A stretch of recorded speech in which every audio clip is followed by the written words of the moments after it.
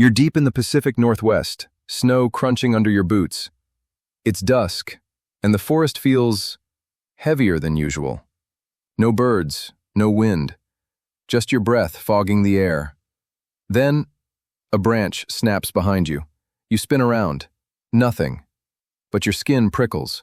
Footprints, massive, leading deeper into the trees.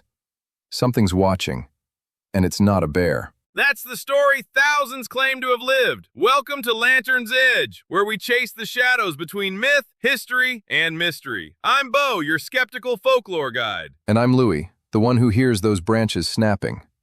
Tonight, Sasquatch. Real beast, cultural icon, or the ultimate campfire tale? Let's light the lantern. Let's start with the basics. Sasquatch, often just called Bigfoot, is described as a massive bipedal creature, 7 to 10 feet tall, covered in dark hair, roaming the forests of the Pacific Northwest. The name itself comes from the Coast Salish word Saskets, meaning wild man or hairy man. Sightings stretch from British Columbia to Northern California, but reports pop up everywhere in North America. And those descriptions aren't random. Eyewitnesses talk about a musky smell, like wet dog mixed with earth, huge strides that cover ground impossibly fast, and eyes that glow faintly in the dark. It's not aggressive in most accounts, more elusive, like it doesn't want to be found. Exactly! Unlike movie monsters, Sasquatch stories emphasize avoidance. It's a shadow at the edge of your vision, gone when you blink. But where does this image come from? Not 1960s TV. These roots go way deeper. Deeper into native traditions, yeah.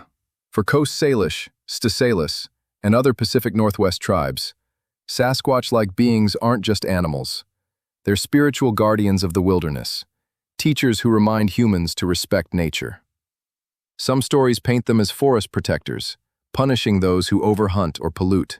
Important distinction here, folks. These aren't monsters in the Hollywood sense. In many indigenous oral histories, Sasquatch figures embody harmony with the land. They're part of creation stories, sometimes even shapeshifters or interdimensional beings. We have to approach this with respect. These are living traditions, not extinct campfire fodder. The modern Bigfoot hunter trope, that's a Western overlay. Totally. Imagine growing up hearing elders warn, "Don't wander alone, or the wild man will teach you a lesson."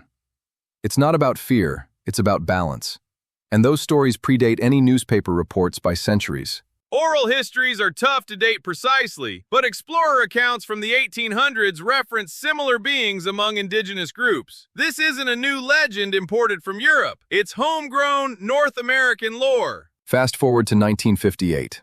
Bluff Creek, California. Loggers find massive footprints, 16 inches long, with a weird dermal ridge pattern. Newspapers eat it up. Giant footprints baffle experts. Suddenly, Sasquatch goes national. Those prints sparked the modern craze. Then 1967, the Patterson-Gimlin film. Roger Patterson films a hairy figure striding across a creek bed. It's grainy, shaky, but convincing to many. Biomechanics experts have debated it for decades. Some say the gait is too fluid for a human in a suit. Love that film. The creature glances back, almost shy. And it's not alone. Thousands of sightings since. Hunters in Oregon, campers in Michigan, even urban edges in Ohio. Patterns emerge. Twilight hours, remote woods, that signature whoop or knock on trees. Patterns, yes, but also problems. Hoaxes abound. The 2008 Bigfoot body was a frozen rubber costume. Many prints, wooden feet or plaster casts. Misidentifications. Bears standing upright, mistaken for bipeds. Still, the sheer volume. Over 5,000 BFRO reports. Statistical anomaly or shared hallucination. Or something real slipping through the cracks. What about the hair samples that don't match known animals? Or audio recordings of calls no scientist can classify?